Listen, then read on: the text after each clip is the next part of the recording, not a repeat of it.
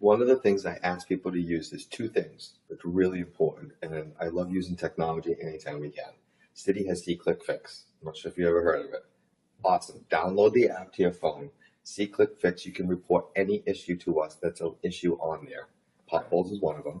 We get notified, and when we acknowledge it, you'll get something back that says we acknowledge your request. Okay. And then we get out there as soon as we can to be able to fix the issue. Graffiti, potholes, rubbish, you name it, traffic signal problems, and it's a way that we can directly communicate with you, and that you know that when we've done it, we go back in the system and you get a notification that it's been fixed. I think I actually saw something about that. It's awesome. Yeah, it's so cool. It makes it so easy for us. I absolutely love it. I use it all the time. I have it right here on my phone.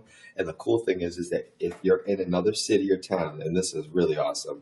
Like, for example, I was in Boston last week and I had a traffic signal issue. I'm like, oh, that's not working right. So I clicked on it, and when I clicked on it, it came up, and it automatically changed from Attleboro to Boston. Oh, wow, okay, cool. Oh, that's awesome. And so then, if I want to click it, right, so I go here, I click it, I'm going to use current location instead, right?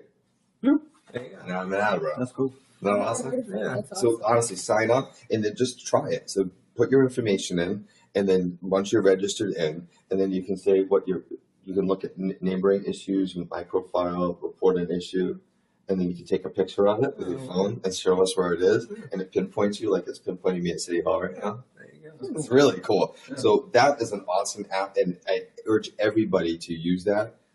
It makes a hell of a difference, and I love it. I absolutely love it. And so that has helped with a number of different types of issues, which is fantastic. So that's one way.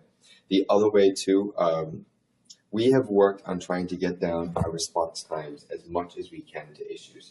So whether someone's calling here, whether they're using the app, we're trying to be able to get to them as soon as we can.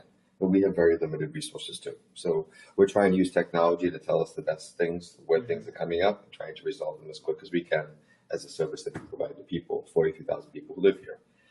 As it relates to conditions, we just completed a road management pavement survey that evaluated every single street in the city and ranked it in its ranking system. Which ones are the best, which ones are the worst. And it's not based on favoritism, but based upon we need to be repaving streets where we get certain dollars. The city only gets about $2 million a year. It doesn't go very far. So we allocate those dollars for sidewalk reconstruction and for road repaving. And we've also got really tough with Columbia Gas. You've seen a lot of work going on. They're replacing gas mains all over the place.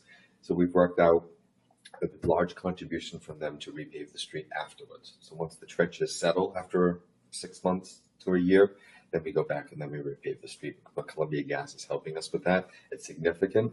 But we're investing over $2 million.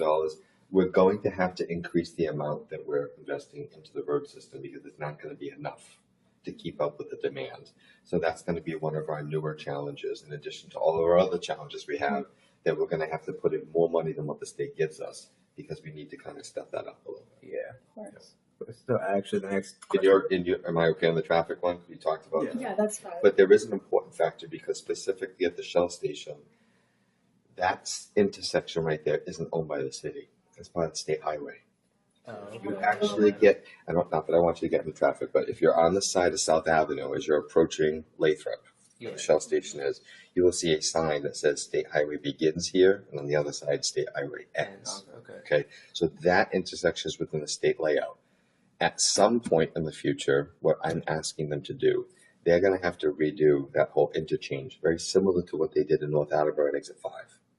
So they'll have to change the end of the exit ramp as it approaches onto Route 123 with a signal, and they'll end up probably having to put another signal at that intersection. Yeah, that's That would be just helpful. every morning. It is every morning and every night. We drive. Yeah, we all drive to school, and we both get caught in that traffic every morning. Sometimes it's just stop and go from the beginning of the intersection. I mean, the beginning of the exit. A lot of times it's people trying to merge over into lanes. I hear you. I see it every day too, and believe me, I get it. So I've been pushing the state to say, listen, we really need to look at this, and not just by itself. Like I'm saying to them, listen, we'll do our participation from County Square up to the state layout. Yeah, we can do this together. So we're making a whole corridor improvement instead of doing it piecemeal. And so that's what we're trying to get them to be able